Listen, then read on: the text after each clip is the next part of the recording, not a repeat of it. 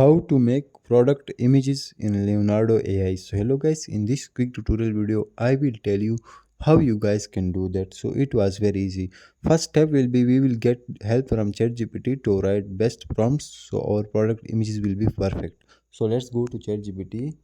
Now here you guys will simply tell ChatGPT that you want to generate product images. Also you will simply click on that plus icon and upload your product image and tell ChatGPT that this is my product pic. So I am using to generate pics of my that product using Leonardo AI. So please write prompts. So ChatGPT will write best prompts for you. After that you guys will simply go to Leonardo app. So I will simply go to Leonardo AI app. Once you open it, you guys will see home section, also generate section. So simply click on generate. Now here you guys will see setting, also graphic design.